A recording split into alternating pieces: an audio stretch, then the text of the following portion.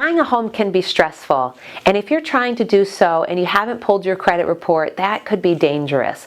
I would say there's some different tips that you can do to prepare yourself and to think like a lender. This is Dawne Symington from Mortgage One. So tip number one for this week is to pull your credit report, to make sure there aren't errors on it, and to also make sure that things are accurate on your credit report, and then to watch your credit report and monitor it for late payments, inconsistencies, derogatory credits, slow pays are all really important keys to keeping the best credit score possible.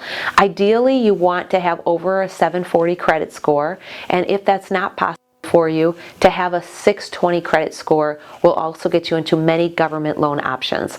So credit score is extremely important. Along with that is credit payment history. So you can have a decent score and still not get approved because you have a collection with US Bank for an auto repossession for $13,000.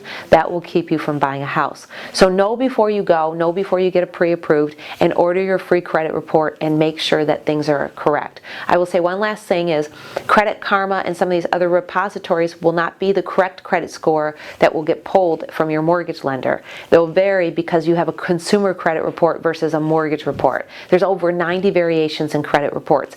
But if your score is good, very good, and your payment histories are good, your lender will also have a good credit report as well. This is Dawne Symington from Mortgage One. Contact me today for all of your mortgage needs. Thank you.